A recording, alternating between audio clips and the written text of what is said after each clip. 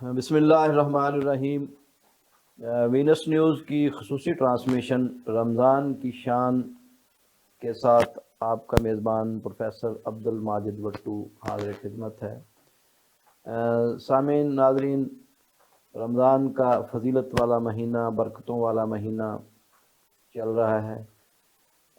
اس transmission میں آج ہمارے ساتھ جو شخصیت موجود ہیں وہ متحدہ جمعیت کے امیر ہیں، جمعیت علماء حدیث، متحدہ جمعیت علماء حدیث کے امیر ہیں، اوقاف کے خطیب ہیں اور سماجی دنیا میں بھی اپنا پوری پہچان رکھتے ہیں اور خوبصورت انسان ہیں۔ ان سے ہمارا بڑا دیرینہ تعلق ہے، جہاں بھی ان کو پایا علم والی شخصیت اور بڑی مہربان شخصیت، وہ آج ہمارے ساتھ موجود ہیں۔ تشریف لائیں علامہ صاحب، بہت شکریہ آپ تشریف لائے ہمارے پروگرام میں، اور ہمارے پروگرام کو اور ہمارے ادارے کو آپ نے عزت دی، بے حد شکریہ آپ کا۔ آج ہمارے دوسرے مہمان ایک علمی خانوادے کے چشم و چراغ اور ہمارے اس خطے کے معروف نعت خواں احمد الرحمن جالندری صاحب جو ہیں، غلط ہو گیا، ہوشیارپوری سارے تو کٹنا پڑے گا۔ آج ہمارے خطے کے معروف نعت خواں علمی خانوادے کے احمد الرحمن ہوشیارپوری وہ تشریف لائے۔ ان سے آج ہم پیاری پیاری نعتیں سنیں گے، اور خاص کر افطاری کا وقت ہو اور رسول اللہ صلی اللہ علیہ وسلم کی تعریف ہو رہی ہو تو اس وقت انسان پورے خشوع و خضوع سے بیٹھا ہوتا ہے تو بڑا مزہ آتا ہے۔ تو ان دونوں شخصیات کی آمد کے ہم بے حد مشکور ہیں۔ تو علامہ صاحب، رمضان کا جو مہینہ ہے خوش قسمتی سے ہماری زندگیوں میں آیا ہے، اور یقیناً اللہ رب العزت کی مہربانی ہے، اور شیخ سعدی شرازی رحمۃ اللہ علیہ نے فرمایا نا کہ بادشاہ پہ یہ احسان نہ کر کہ تو نے اس کا کام کیا، بلکہ اس کا احسان مان کہ اس نے تو اس سے کام لے لیا۔ تو ہمارا تو کوئی احسان نہیں اس مالک اور خالق پر، اس کا احسان ہے کہ اس نے ہمیں رمضان جیسا بابرکت مہینہ ہماری زندگی میں دیا۔ تو آپ قرآن و حدیث کی روشنی میں اس کی فضیلت کے حوالے میں، ماہ رمضان کی فضیلت کے حوالے سے ہمارے ناظرین کو علم فراہم کریں، اور ہمیں بھی اس سے استفادہ ہوگا۔ قرآن و حدیث کی روشنی میں ماہ رمضان کی فضیلت۔ نحمدہ و نصلی علی رسولہ الکریم، اما بعد فاعوذ باللہ من الشیطان الرجیم، بسم اللہ الرحمن الرحیم۔ یا ایھا الذین آمنوا کتب علیکم الصیام کما کتب علی الذین من قبلکم لعلکم تتقون۔ قال رسول اللہ صلی اللہ علیہ وآلہ وسلم من صام رمضان ایمانا واحتسابا غفر له ما تقدم من ذنبہ۔ سبحان اللہ، سبحان اللہ۔ یہ تحفہ مسلمان رمضان مبارک ہو، یہ تحفہ مسلمان رمضان مبارک ہو، آ گیا ہے رحمتوں والا، مغفرت والا اور برکتوں والا مہینہ، یہ مہمان مبارک ہو۔ اللہ کا احسان ہے، انعام ہے، جس ذات مقدس نے ہماری زندگی میں پھر میں یہ ماہ رمضان لے آیا۔ کوئی شک نہیں علامہ صاحب، کوئی شک نہیں۔ دیکھ لیجئے اس ماہ رمضان، پچھلے ماہ رمضان کچھ لوگ تھے، اس ماہ رمضان نظر نہیں آتے، جی بالکل بچھڑ گئے ہم سے۔ اور اللہ حکم الحاکمین نے اس کی فضیلت بیان فرمایا کہ یا ایھا الذین آمنوا، اے لوگو ایمان والو، کتب علیکم الصیام، ہم نے تم پر روزے فرض کی ہیں، جی، کما کتب علی الذین من قبلکم لعلکم تتقون، تم سے پہلے جو امتیں گزری تھیں ان پر بھی یہ روزے فرض تھے، اور اس کا نتیجہ کیا ہو، لعلکم تتقون، تاکہ تم متقی بن جاؤ، پرہیزگار بن جاؤ۔ اور آقا علیہ الصلوۃ والسلام نے فرمایا، یہ حدیث بخاری اور مسلم میں موجود ہے، فرمایا کہ من صام رمضان ایمانا واحتسابا غفر له ما تقدم من ذنبہ۔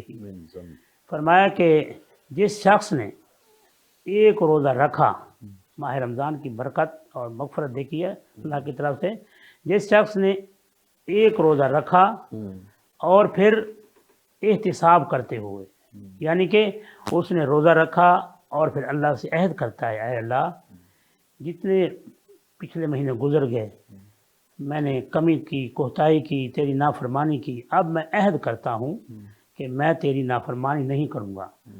جب وہ اللہ سے عہد کرتا ہے تو پھر آقا علیہ صلاۃ والسلام نے فرمایا، حق والی زبان نے فرمایا، وما ینطق عن الہوا والی زبان نے فرمایا کہ اللہ پاک اس کے پچھلے سارے کے سارے گناہ معاف کر دیتے ہیں۔ سبحان اللہ، سبحان اور یہ ماہ رمضان دیکھ لیجئے، آقا علیہ صلاۃ والسلام نے فرمایا ایک شخص میدان کارزار میں جاتا ہے اور لڑتا رہتا ہے اور ایک شخص ماہ رمضان کے روزے رکھتا ہے، اس کی زندگی میں ماہ رمضان آیا، فرمایا کہ وہ شخص فضیلت والا ہے۔ ہاں وہ شخص اگر لڑتے لڑتے شہید ہو گیا پھر تو اس کے لیے فضیلت ہے، لیکن اگر وہ لڑ رہا ہے اور دوسرا ادھر رمضان کے روزے رکھ رہا ہے، اور جیسے کہ حدیث مبارکہ میں آتا ہے کہ دو دوست تھے، ایک فوت ہو گیا اور شہید ہو گیا، دوسرے نے ماہ رمضان پایا اور پھر وہ بھی اللہ کے ہاں پہنچ گیا۔ جی، تو جب دونوں ملے تو اللہ نے اس کی فضیلت بڑھا دی جس نے ماہ رمضان کے روزے رکھے، سبحان تو اس کا مقام بڑھ گیا۔ تو کہنے لگا اللہ یہ کیا ہوا؟ فرمایا کہ اس کی زندگی کے اندر یہ ماہ رمضان آیا تھا، یہ رحمت والا مہینہ، مغفرت والا مہینہ آیا تھا، یہ ایثار والا مہینہ آیا تھا، تو اس نے روزے رکھے تھے۔ اور اللہ اکبر، مجھے حدیث یاد آئی کہ میرے آقا علیہ صلاۃ والسلام نے فرمایا کہ ماہ رمضان بڑی ہی فضیلت والا ہے، بڑی ہی عظمت والا ہے، اور اس ماہ رمضان کی عظمت کیا ہو کہ کل قیامت کے دن جب یوم یفر المرء من اخیہ، فرمایا کہ کوئی کسی کے کام نہیں آئے گا۔ جی، اگر باپ بیٹے کو دیکھتا ہے تو وہ دور ہو جاتا ہے، ماں بیٹے کو دیکھے گی تو دور ہو جائے گی، کوئی رشتہ دار کام نہیں آئے گا، اور آدمی تنہا تن ہوگا، اور ہولناک دن ہے، بڑا ہی ہولناک دن ہے۔ تو جس شخص نے اس مہمان کی قدر کی تو آقا علیہ صلاۃ والسلام نے فرمایا کہ وہ روزہ اللہ کے دربار میں آئے گا، آ کر کہے گا اے رب منعتم الطعام والشہوات، اے اللہ تو نے مجھے زندگی میں بھیجا تھا، اس کی دنیا میں گیا تھا، اس نے میری قدر کی تھی، اس نے میری قدر کی تھی جس طرح چاہیے تھا، اس نے روزہ رکھا تھا، اے اللہ میں شفاعت کرتا ہوں، میری شفاعت کو قبول فرما۔ آقا علیہ صلاۃ والسلام نے فرمایا کہ اللہ پاک اس روزے کی شفاعت قبول کریں گے اور اس کو جنت عطا کر دیں گے۔ سبحان اللہ، سبحان اللہ اکبر۔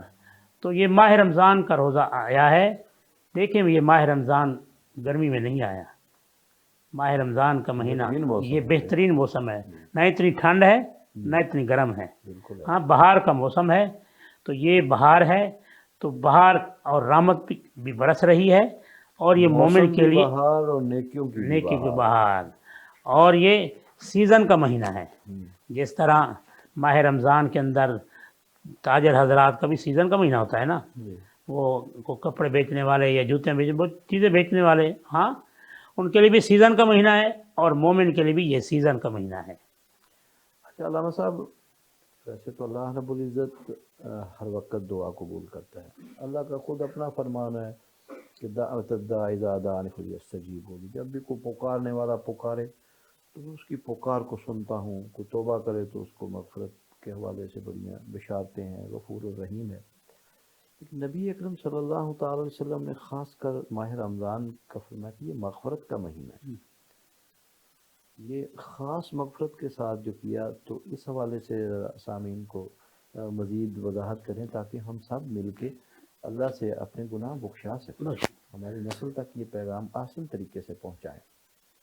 اور دیکھیں جس رکوع کے اندر یہ ماہ رمضان کے روزوں کے بارے میں بتلایا گیا ہے تو وہاں اللہ تعالیٰ ارشاد فرماتے ہیں وَإِذَا سَأَلَكَ عِبَادِي عَنِّي فَإِنِّي قَرِيبٌ أُجِيبُ دَعْوَةَ الدَّاعِ إِذَا دَعَانِ فَلْيَسْتَجِيبُوا لِي وَلْيُؤْمِنُوا بِي لَعَلَّهُمْ يَرْشُدُونَ۔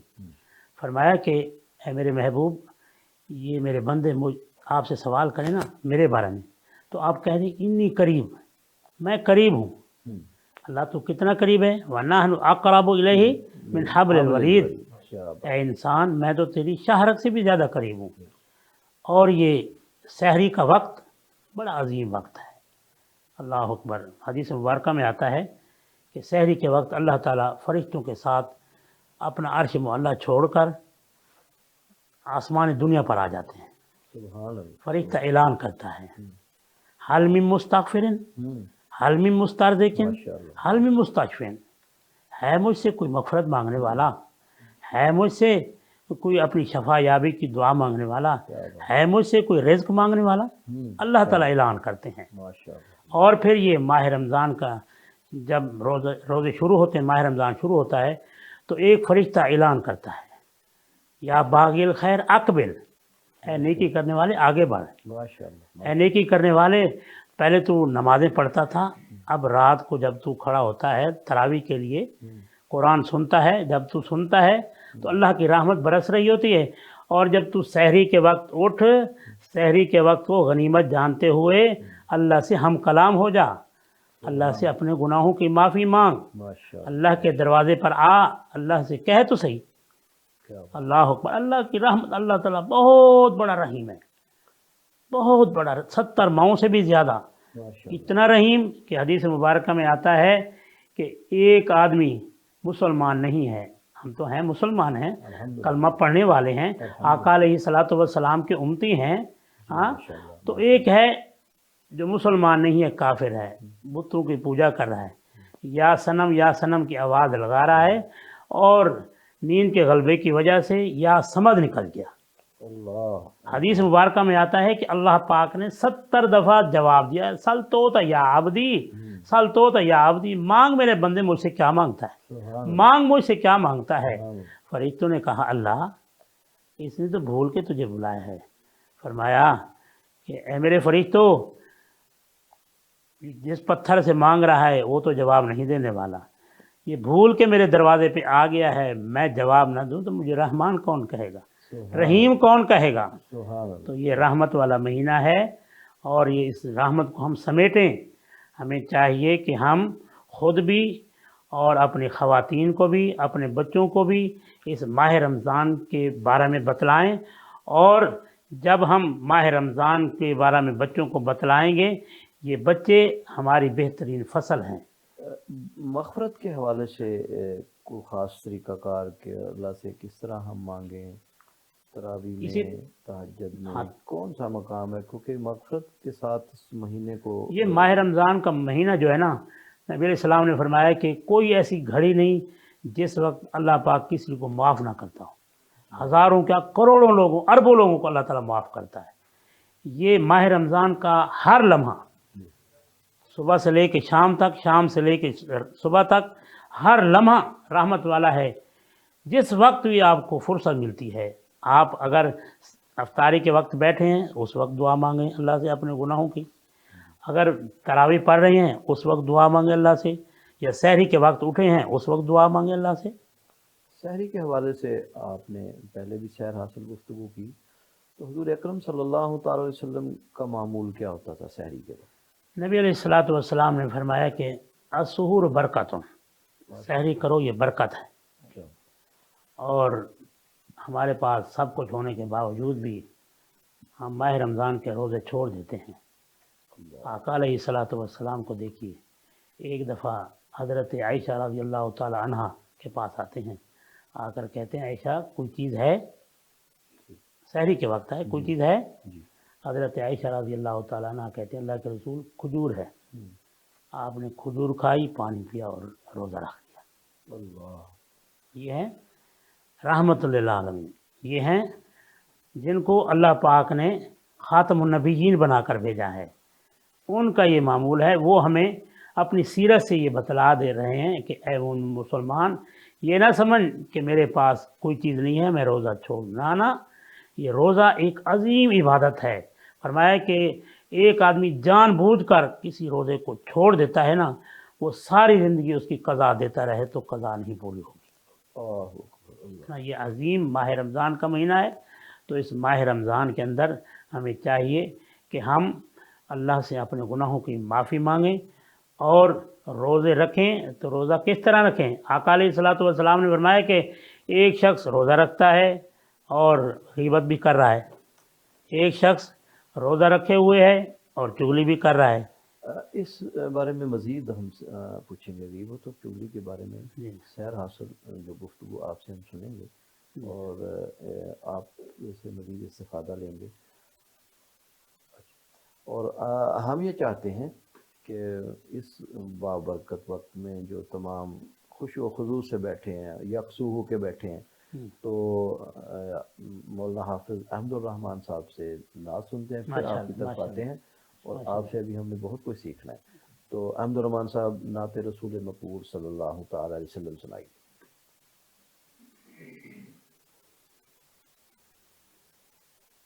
ڈائریکٹ نعت شروع کر دوں؟ جی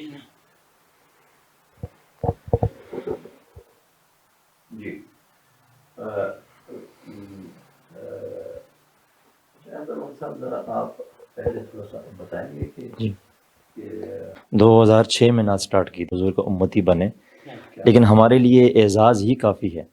اس کافی کے اوپر انشاءاللہ میں آپ کو 4-5 شعر سناؤں گا، انشاءاللہ آپ کا ایمان بھی تازہ ہو جائے گا اور دل بھی خوش ہو جائے گا انشاءاللہ۔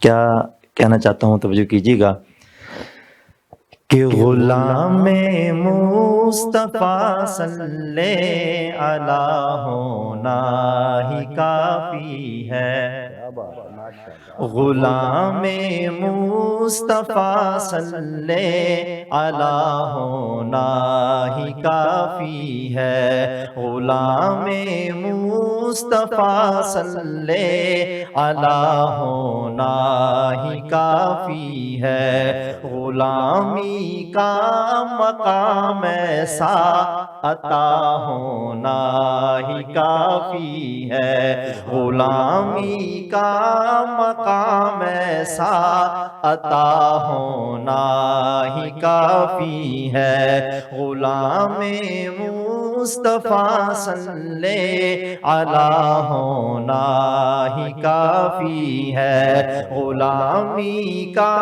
مقام ایسا عطا ہونا ہی کافی ہے، نہیں حاجت مجھے کوئی زمانے بھر کے نغموں کی، نہیں حاجت مجھے کوئی زمانے بھر کے نغموں کی، زمانے بھر کے نغموں کی، میرے لب پر درودوں کی صدا ہونا ہی کافی ہے، میرے لب پر درودوں کی صدا ہونا ہی کافی ہے، غلامی کا مقام ایسا عطا ہونا ہی کافی ہے، غلام مصطفیٰ صلی علیہ ہونا ہی کافی ہے، اور ہماری مغفرت کے واسطے دن رات غاروں میں، ہماری مغفرت کے واسطے دن رات غاروں میں، دن رات غاروں میں، رسول اللہ کا رو کر دعا کرنا ہی کافی ہے، رسول اللہ کا رو کر دعا کرنا ہی کافی ہے، غلامی کا مقام ایسا عطا ہونا ہی کافی ہے، غلام مصطفیٰ صلی علیہ ہونا ہی کافی ہے، غلام مصطفیٰ صلی علیہ ہونا ہی کافی ہے، اور بتانے کے لیے عظمت تیری اے فاطمہ زہرا، بتانے کے لیے عظمت تیری اے فاطمہ زہرا، تیری آمد پہ آقا کا کھڑا ہونا ہی کافی ہے، تیری آمد پہ آقا کا کھڑا ہونا ہی کافی ہے، غلام مصطفیٰ صلی علیہ ہونا ہی کافی ہے، غلامی کا مقام ایسا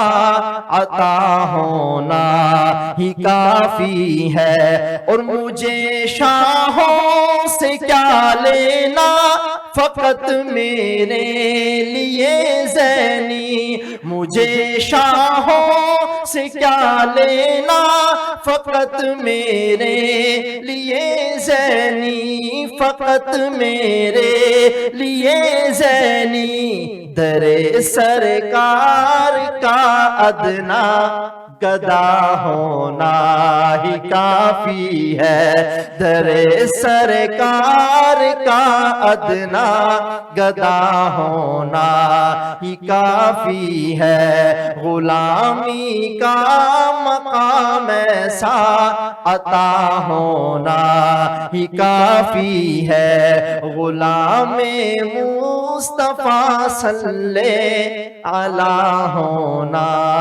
ہی کافی ہے۔ ماشاءاللہ ماشاءاللہ ماشاءاللہ۔ سمیٹیں رحمتیں رمضان کی اور پائیں اس ماہ رمضان وائٹل کی جانب سے پورے 100 روپے تک کی بچت۔ وائٹل پیو، زندگی جیو۔ سمیٹیں رحمتیں رمضان کی اور پائیں اس ماہ رمضان وائٹل کی جانب سے پورے 100 روپے تک کی بچت۔ وائٹل پیو، زندگی جیو۔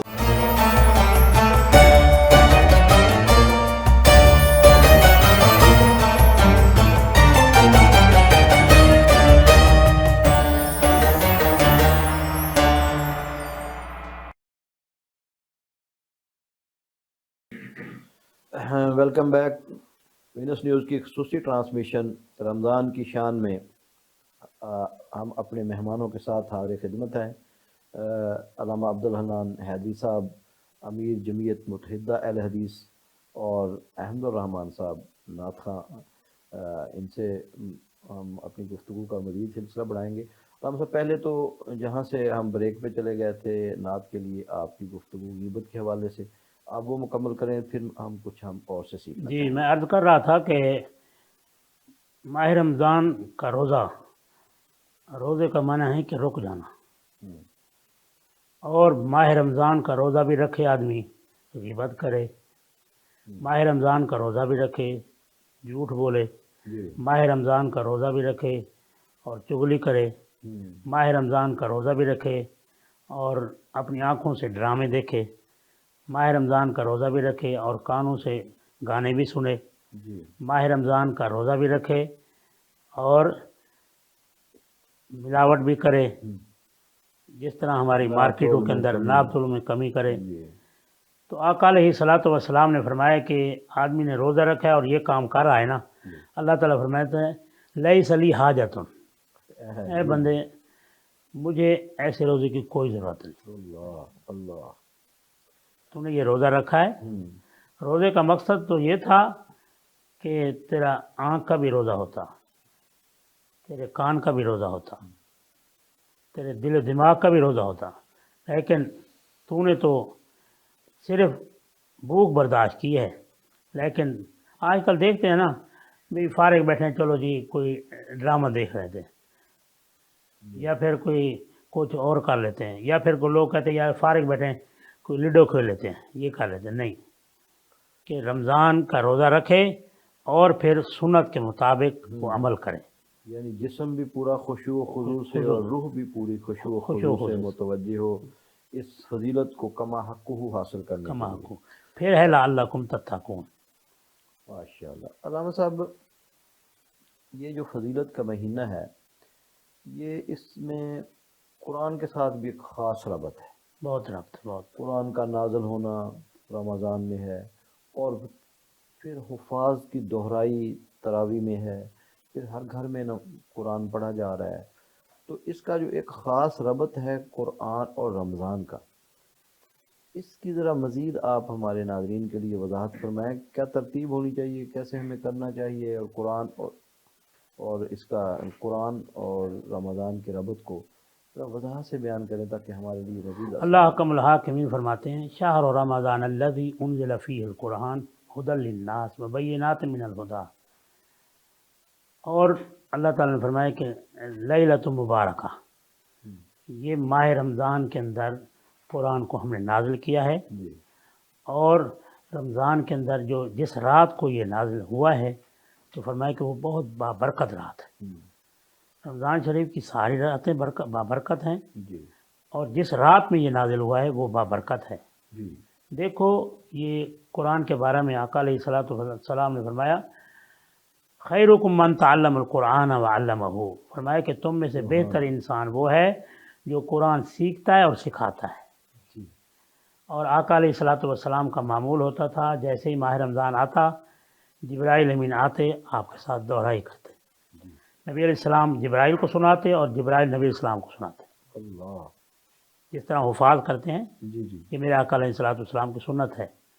اور پھر یہ قرآن اللہ تعالیٰ نے بھیجا ہے، تنزیل من رب العالمین، رب نے نازل کیا اس کو، اور یہ آسمانوں سے آیا ہے۔ تو فرمایا کہ ان اللہ یرفع بہذا الکتاب اقواما ویضع بہ آخرین، اللہ، اس حدیث کے راوی ہیں حضرت عمر فاروق رضی اللہ تعالیٰ عنہ، فرمایا کہ اس کتاب کے ساتھ اللہ پاک لوگوں کو بلندیاں عطا کریں گے۔ دیکھ لیجئے جس دور میں بھی جس کا تعلق قرآن کے ساتھ جڑ گیا تو بلند تو ہو، اللہ تعالیٰ نے اس کو بلند کر دیا۔ اور سبحان دیکھنے میں آیا ہے قرآن پاک کے حفاظ بیچارے یتیم ہوتے ہیں، جی شکل و صورت بھی اچھی نہیں، ہاں پیچھے گھر بار بھی کچھ نہیں، لیکن جب قرآن پڑھتے ہیں لوگ سنتے ہیں تو پھر وہ قرآن پڑھنے والا آگے کھڑا ہوتا ہے کیا بات، اور بڑے بڑے پیچھے کھڑے ہوتے ہیں۔ ماشاء اللہ، یہ قرآن کی فضیلت ہے، قرآن کو اس نے اپنا اوڑھنا بچھونا بنا لیا ہے، تو پھر اللہ تعالیٰ نے فرمایا کہ میں نے تجھے بلند کر دیا ہے۔ اور یہ قرآن پڑھنے سے اللہ کے رحمت کے فرشتے نازل ہوتے ہیں۔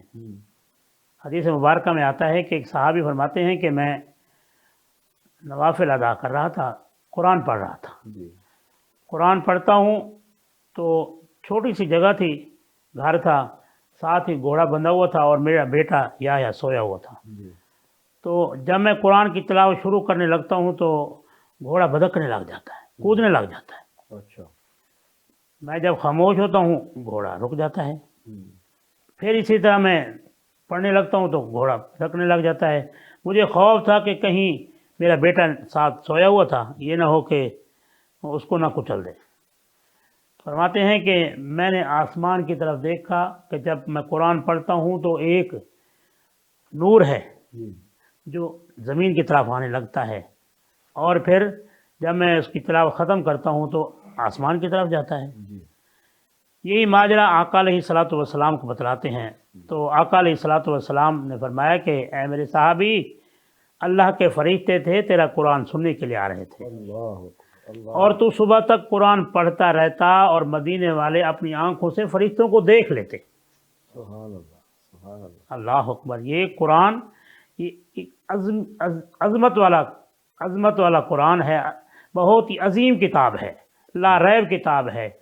اور فرمایا کہ ھدی للمتقین، یہ ہدایت ہے متقین کے لیے۔ جس طرح اللہ تعالیٰ نے فرمایا کہ روزے کے بارے میں لعلکم تتقون، تاکہ متقین بن جاؤ۔ علامہ صاحب، روزے کی جو اصل روح ہے وہ تو یہ ہے نا کہ ہم سارے دن جو بھوکا پیاسا رہیں گے تو ہمیں احساس ہوگا کہ جو نادار لوگ ہیں، جو غریب لوگ ہیں، جو نہیں کھا سکتے، تو ہمیں بھی یہ احساس ہو۔ یہ جو ہم نے روزہ رکھا ہے یہ روح کی بھی غذا ہے، ماشاءاللہ دسترخوان اتنے وسیع ہو جاتے ہیں، اور پھر یہ جسم کی ٹریننگ بھی ہے اور جسم کے لیے بھی بہتر ہے۔ جس طرح ڈاکٹر حضرات کہتے ہیں کہ جب آدمی روزہ رکھتا ہے تو روزے رکھنے کی وجہ سے انسان کے خون کے اندر جو غلیظ جو زہریلے خلیے ہوتے ہیں وہ ختم ہو جاتے ہیں۔ آج ہم یہ دیکھ رہے ہیں کہ ہمیں اتنا دسترخوان سجاتے ہیں کہ عام دنوں سے بھی ہم زیادہ کھا لیتے ہیں، جی اور ایسے میں آپ ہمارے ناظرین کے لیے یہ ایک خاص بتائیں کہ ہمسایوں کے یا غریبوں کے یا مدارس میں جو طلباء ہیں ان کے حقوق، رمضان تو جیسے آپ کہہ رہے ہیں کہ ٹریننگ کا مہینہ ہے، ہاں، تو اس میں یہ اثار کا بھی مہینہ ہے۔ جی وَيُؤْثِرُونَ عَلَىٰ أَنفُسِهِمْ وَلَوْ كَانَ بِهِمْ خَصَاصَةٌ، ماشاء اللہ، فرمایا کہ کچھ لوگ ایسے بھی ہیں جو اظہار کرتے ہیں، قربانی کرتے ہیں، حالانکہ ان کی اپنی ضرورت ہوتی ہے، لیکن وہ دیکھتے ہیں کہ یہ مومن مسلمان اس کی ضرورت ہے، وہ اپنی ضرورت کو ختم کرتے ہیں، وہ اس کی ضرورت پوری کر دیتے ہیں۔ جی اور اس آیت کا شان نزول میں آپ کو بتلا دوں، بہت ہی عجیب ہے کہ حضرت ابو طلحہ رضی اللہ تعالیٰ عنہ، جی جن کا نام حضرت جابر رضی اللہ تعالیٰ عنہ ہے، جی تو نبی علیہ الصلوۃ والسلام کے پاس مہمان آتے تھے، آپ کے گھر میں بھی فاقے ہوتے تھے، تو آقا علیہ الصلوۃ والسلام کہتے بھی ہاں کوئی مہمان کو لے جانے والا ہے کوئی؟ ایک محفل ہے جہاں پر حضرت ابو بکر صدیق رضی اللہ تعالیٰ عنہ بیٹھے ہیں، حضرت عمر فاروق رضی اللہ تعالیٰ عنہ بیٹھے ہیں، حضرت عثمان رضی اللہ تعالیٰ عنہ بیٹھے ہیں، اور حضرت علی کرم اللہ وجہہ جو بیٹھے ہیں، بڑے بڑے صحابہ کرام بیٹھے ہیں۔ نبی علیہ السلام نے فرمایا کہ کوئی ہے جو مہمان کو گھر لے جائے، اس کی مہمان نوازی کرے؟ سب خاموش، کیوں کہ ان کے گھر کے اندر بھی کچھ بھی نہیں تھا۔ جس طرح نبی علیہ الصلوۃ والسلام کے ہاں فاقے ہوتے تھے، تو نبی علیہ الصلوۃ والسلام ہفتہ دو ہفتے کھانا نہیں کھاتے تھے، اسی طرح صحابہ کرام کے گھر میں بھی ہوتا تھا فاقے۔ تو حضرت ابو طلحہ نے فرمایا کہ اللہ کے رسول، اس مہمان کو میں لے جاتا ہوں۔ جب مہمان کو لے کر گئے تو اللہ اکبر، آج کی خاتون نہیں تھی، گھر میں سب کچھ ہونے کے باوجود جب میاں آئے تو گھر کو سر پہ اٹھا لیتی ہیں، کہتی ہیں ہمارے پاس کچھ نہیں، یہ ماہ رمضان آ گیا، فلاں چیز ہونی چاہیے، فلاں چیز ہونی، فلاں چیز، ہمارے پاس کچھ نہیں، ہم مر گئے لٹ گئے۔ آج کی عورت نہیں تھی، وہ تو ایسی عورت تھی، اللہ اکبر، مومنہ عورت، ایمان والی، کہنے لگی اللہ کے بندے، تھوڑا سا کھانا تھا میں نے رکھا تھا، میں نے کہا کہ آپ آئیں گے، میں اور آپ مل کر، بچے بھی مل کر کھا لیں گے۔ حضرت ابو طلحہ نے فرمایا کہ آج تو اللہ کا مہمان آیا ہے۔ کہتی ہیں کہ میں اپنے بچوں کو بھوکا سلا دوں گی، ہاں میں اپنے بچوں کو بھوکا سلا دوں گی، وہ سو جائیں گے، آپ بھی بھوکے سو جانا، میں بھی بھوکی سو جاؤں گی، لیکن یہ اللہ کا جو مہمان آیا ہے نا، اس کو بھوکا نہ بھیجیں۔ اور حدیث مبارکہ میں آتا ہے، فرماتی ہیں کہ دیا جل رہا ہوگا، وہ مہمان آپ کو کہے گا کہ آپ کھائیں، آپ نے دیے کو بجھا دینا ہے، دیا جلتا رہے گا تو وہ بیچارہ شرمندہ ہوگا، آپ نہیں کھائیں گے تو دیا بجھا دینا، دیا بجھا دینا۔ انہوں نے بجھا دیا، اللہ اکبر، مہمان نے کھانا کھایا، صبح ہوئی، فجر کے بعد آقا علیہ الصلوۃ والسلام فرما رہے ہیں کہ این ابی طلحہ کہاں ہے، بلاؤ۔ حضرت بلال رضی اللہ تعالیٰ عنہ آئے، کہا کہ ابو طلحہ آؤ، نبی علیہ السلام بلا رہے ہیں۔ نبی علیہ السلام کے پاس جاتے ہیں اور نبی علیہ السلام مسکرا رہے ہیں، فرمایا کہ اے ابو طلحہ، تو نے کون سا ایسا عمل کیا تھا کہ اللہ تعالیٰ آسمانوں پر مسکرا رہے ہیں، اللہ تعالیٰ آسمانوں پر مسکرا رہے ہیں؟ فرمایا کہ اللہ کے رسول، میں نے تو اللہ کی رضا کے لیے، وَيُطْعِمُونَ الطَّعَامَ عَلَىٰ حُبِّهِ مِسْكِينًا وَيَتِيمًا وَأَسِيرًا إِنَّمَا نُطْعِمُكُمْ لِوَجْهِ اللَّهِ، اللہ کی رضا کے لیے کھلاتے ہیں، اللہ اکبر۔ تو فرمایا کہ میں نے اللہ کی رضا کے لیے کھلایا تھا، تو فرمایا کہ اللہ تعالیٰ اتنا خوش ہوا ہے، اللہ تعالیٰ نے یہ آیت نازل کر دی، فرمایا وَيُؤْثِرُونَ عَلَىٰ أَنفُسِهِمْ وَلَوْ كَانَ بِهِمْ خَصَاصَةٌ وَمَن يُوقَ شُحَّ نَفْسِهِ وَأُولَٰئِكَ هُمُ الْمُفْلِحُونَ۔ فرمایا کہ یہی لوگ کامیاب ہیں۔ تو ہمیں چاہیے کہ ماہ رمضان کا مہینہ آیا ہے، اپنی ضروریات کو نہ دیکھیں، اپنی ضروریات جو ہیں ان کو چھوڑیں اور دیکھیں جو ہمارے قریب ہیں، غریب ہیں، غربا ہیں۔ آج کل مہنگائی اتنی ہو چکی ہے، پروفیسر صاحب، مہنگائی اتنی ہو چکی ہے، عورتیں تو بل بھرنے کے لیے اپنے زیور بیچ رہے ہیں۔ علامہ صاحب، ایک اور ہماری رہنمائی فرمائیں اس بارے میں قرآن و حدیث کی روشنی میں۔ اچھا، ہمارے ہاں ایک سوچ ڈیولپ ہو گئی ہے، ہم یہ سمجھتے ہیں کہ آج تراویح نہیں پڑھ سکتے تو صبح روزہ نہیں رکھیں گے کیونکہ تراویح رہ گئی۔ تو کیا تراوی اور روزے کا ایسا کوئی ربط ہے کہ اگر تراوی رہ جائے تو روزہ نہیں ہو سکتا، یا ایسا ہے کہ تراوی پڑھ لی تو اب ہر صورت میں ہی روزہ رکھنا ہے، چاہے سفر آ گیا یا بیماری آ گئی؟ تو یہ تراوی اور روزہ اس کا آپس میں کوئی جوڑ ہے، یا وہ رات کی عبادت ہے وہ دن کے؟ اس حوالے سے آپ ذرا میری رہنمائی فرمائیں۔ تراوی ہے یہ نفلی عبادت ہے، یہ فرض ہی نہیں ہے، جی، اور روزہ فرض ہے، روزہ میرا فرض مقصد یہ ہے۔ ہے کہ جو ہم تراوی معاشرے بعض میں لوگ کہتے ہیں نا سوچ جی پیدا ہو گئی نا، جس نے تراوی پڑھ لی اب روزہ وہ رکھے گا لازمی، یا جس نے تراوی نہیں پڑھی تو وہ روزہ نہ رکھے، یہ صحیح بات نہیں ہے۔ ہاں آپ نے تراوی پڑھ لی ہیں، مثال کے طور پہ آپ نے سفر کرنا ہے، سفر میں روزہ معاف ہے، یا کچھ طبیعت خراب ہو گئی ہے، یا جس طرح لوگ آج کل شوگر کے مریض ہیں، شوگر ہائی ہو گئی ہے، بلڈ پریشر ہائی ہو گیا، بھائی روزہ نہیں رکھ سکتے، کہتے ہیں جی ہم نے روزہ رکھنا ہے، لازمی رکھنا ہے۔ کئی لوگ کہتے ہیں جی اسی بیماری میں اگر موت آ گئی تو اور کیا چاہیے؟ نہیں نہیں، اللہ تعالیٰ کو انسان کی جان پیاری ہے، فرمایا کہ ایک شخص ہے اس نے روزہ رکھا ہے، جی شوگر کا مریض ہے یا بلڈ پریشر کا مریض ہے یا ہارٹ کا مریض ہے، اب اس نے روزہ رکھا ہے، اب روزہ رکھنے کے بعد اس کی طبیعت خراب ہونے لگ جاتی ہے، تو اسے چاہیے کہ وہ روزہ کھول دے، افطار کر دے، فرض روزہ۔ فرض روزہ۔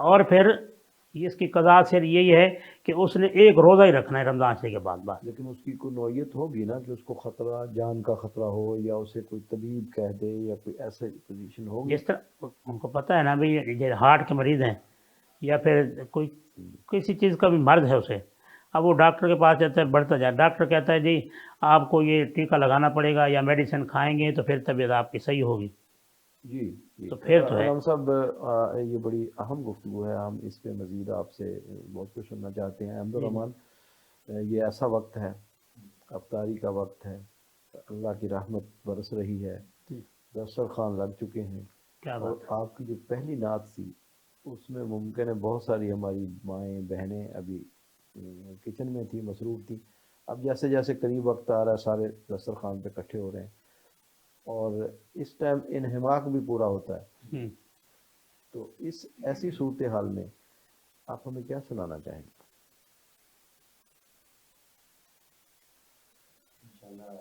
میں آپ کو انشاءاللہ خوبصورت کلام جو میرے ذہن میں آیا ہے میں انشاءاللہ وہ سنا دیتا ہوں آپ کو انشاءاللہ۔ اس میں بڑی خوبصورت ایک بات ہے جو کہنا چاہتا ہوں کہ تقدیر چمکنے آثار نظر آئے، تقدیر چمکنے آثار نظر آئے، تقدیر چمکنے آثار نظر آئے، تقدیر چمکنے آثار نظر آئے، جب مسجد نبوی کے جب مسجد نبوی کے مینار نظر آئے، جب مسجد نبوی کے مینار نظر آئے، تقدیر چمکنے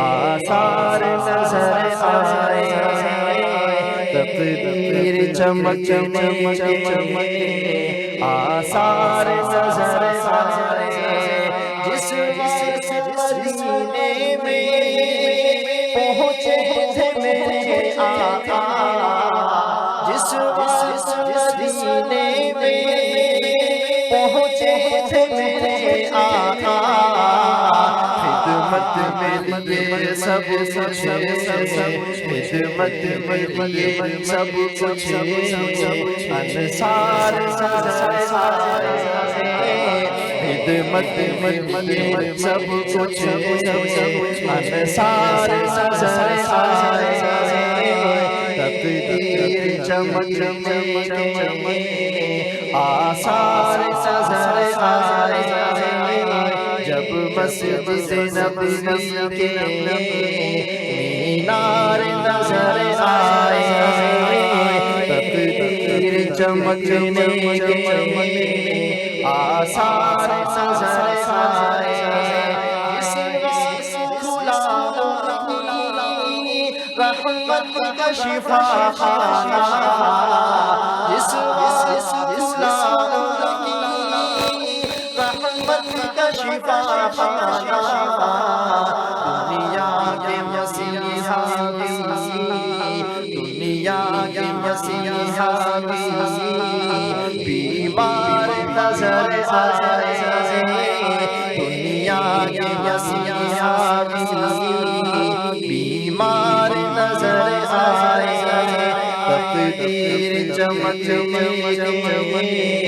آثار نظر آئے وہی آئے اول میں جو چمچے تھے آخر میں وہی آئے اول میں جو چمچے تھے آخر میں وہی آئے اول میں جو چمچے تھے سردار کے نبیوں کے سردار کے نبیوں کے سردار نظر آئے تقدیر چمک آثار نظر آئے جب مسجد نبوی کے مینار نظر آئے تقدیر چمک آثار نظر آئے والشمس جو چہرہ ہے ماذا گاہے ہے والشمس جو چہرہ ہے ماذا گاہے ہے والشمس جو چہرہ ہے ماذا گاہے ہے والشمس جو چہرہ ہے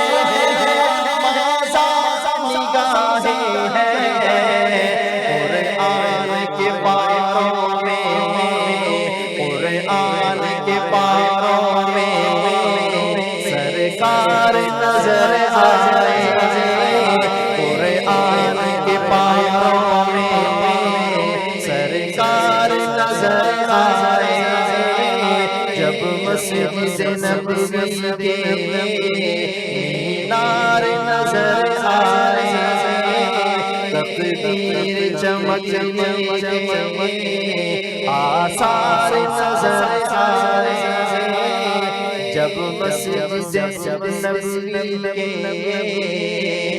مینار نظر آئے۔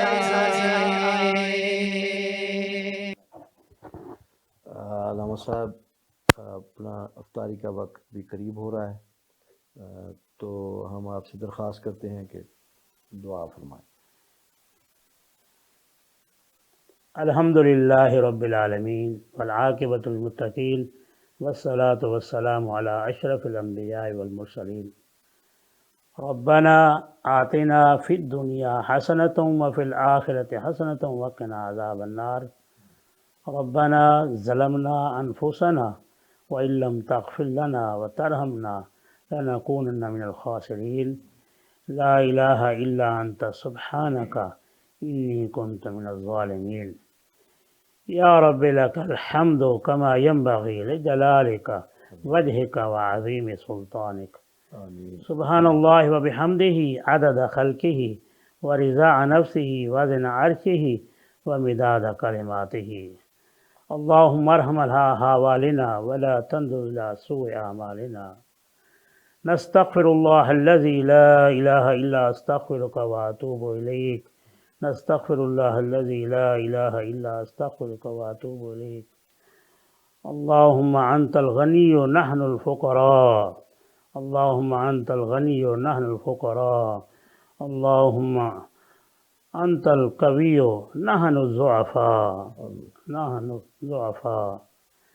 اے الہ العالمین ہم لاچار ہیں، اے الہ العالمین تیرے نبی کے امتی ہیں، گناہ گار ہیں، تیرے دروازے پر آئے ہیں، تجھ سے اپنے گناہوں کی معافی مانگتے ہیں، ہمارے صغیرہ کبیرہ گناہوں کو معاف فرما۔ اے الہ العالمین اپنی رحمت کی بارش برسا کے ہمارے صغیرہ کبیرہ گناہوں کو معاف فرما۔ تیرا ہی دروازہ ہے۔ حضرت علی کرم اللہ وجہ فرمایا کرتے تھے، مالی سوا کر ایل باب کا حیلتن فلئن رددت ایو باب اقرؤ۔ اے اللہ تیرا دروازہ ہے، تیرے دروازے کے سوا کوئی دروازہ نہیں، تیرا دروازہ میں کھٹکھٹاتا ہوں۔ اے اللہ تو میری حاجت روائی نہیں کرے گا تو کون کرے گا؟ اے اللہ تو ہی حاجت روا ہے، تو ہی مشکل کشا ہے۔ اے اللہ یہ جو ماہ رمضان کے روزے رکھ رہے ہیں، اے اللہ ماہ رمضان کے روزے کی برکت کی وجہ سے ہمارے صغیرہ کبیرہ گناہوں کو معاف فرما۔ اللہم تقبل منا صیامنا وقیامنا وتلاوت القرآن۔ اے اللہ ہمارے روزوں کو اپنی بارگاہ میں قبول فرما، ہمارے نماز تراویح پڑھنے کو قبول فرما۔ اے الہ العالمین ہمارے صدقات و خیرات کو اپنی بارگاہ میں قبول فرما۔ اے الہ العالمین ہم لاچار ہیں، یہ افطاری کا وقت ہے، تیرے نبی نے فرمایا اس وقت جو کوئی آدمی دعا کے لیے ہاتھ اٹھاتا ہے اللہ تعالیٰ اس کی دعا کو رد نہیں کرتا۔ اے الہ العالمین ہم نے روزہ رکھا ہے تیری رضا کے لیے، تجھ کو راضی کرنے کے لیے۔ اے الہ العالمین ہمارے صغیرہ کبیرہ گناہوں کو معاف فرما۔ اے الہ العالمین جو بیمار ہیں ان کو شفائے کاملہ عاجلہ عطا فرما۔ اے الہ العالمین جو رزق کی وجہ سے اپنے کاروبار کی وجہ سے پریشان ہیں ان کی پریشانیوں کو دور فرما۔ اے الہ العالمین جو بچے بچیاں امتحان دے رہے ہیں ان کو امتحانوں میں کامیابیاں عطا فرما۔ اے الہ العالمین ہمیں دنیا کے امتحانوں میں بھی کامیابی عطا فرما اور آخرت کے امتحان میں بھی کامیابی عطا فرما۔ اے الہ العالمین ملک پاکستان کو امن کا گہوارہ بنا۔ اے رب العالمین ملک پاکستان کو امن کا گہوارہ بنا، ملک پاکستان کو استحکام عطا فرما۔ اے الہ العالمین جو فلسطین کے مجبور مسلمان شہید ہو گئے اور جو ہسپتالوں میں ہیں اے اللہ ان کی مدد فرما، ان کو نصرت عطا فرما۔ اے الہ العالمین تو ہی ہے ہماری التجاؤں کو سننے والا، دعاؤں کو سننے والا۔ اے الہ العالمین ہمارے صغیرہ کبیرہ گناہوں کو معاف فرما۔ ہم اس گئے گزرے دور کے اندر آئے ہیں، تیرے نبی کے امتی ہیں۔ اے الہ العالمین تیرے نبی نے فرمایا کہ اللہ مجھے اپنی امت کے بارے میں راضی کرے گا۔ اے الہ العالمین تیرے نبی کے امتی ہیں اور تیرے نبی کے کلمہ پڑھا ہے۔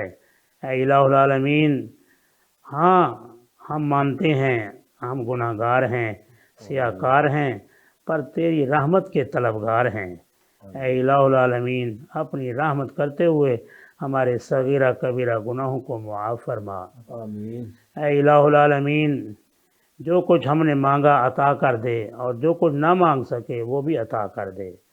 اے الہ العالمین ہمیں جب تک زندہ رہیں دین پر رہیں، اسلام پر رہیں، ایمان پر رہیں، اور جب موت آئے، شہادت کی آئے، کلمے والی آئے، اللہم صلی علی محمد وعلی آل محمد کما صلیت علی ابراہیم وعلی آل ابراہیم انکا حمید مجید، اللہم بارک علی محمد وعلی آل محمد کما بارکت علی ابراہیم وعلی آل ابراہیم انکا حمید مجید، وصلی اللہ تعالی علی خیر خلقہ محمد وآلہ وصحابہ وازواجہ واہل بیتہ اجمعین یا رب العالمین یا رب العالمین۔ سامعین ناظرین، وینس نیوز کی خصوصی ٹرانسمیشن رمضان کی شان اپنے اختتام کو پہنچی۔ احمد الرحمن ہوشیار پوری صاحب بہت شکریہ، آپ ہمارے اس پروگرام کا حصہ بنے۔ مولانا عبد الحنان حیدری صاحب آپ اپنا وقت نکال کے تشریف لائے۔ انشاءاللہ کل نئے مہمانوں کے ساتھ آپ سے ملاقات ہوگی۔ اب افطاری کا وقت قریب ہے، آپ بھی افطاری کریں، ہم بھی افطاری دسترخوان کی طرف چلتے ہیں۔ اپنا خاص خیال رکھنا، اللہ نگہبان۔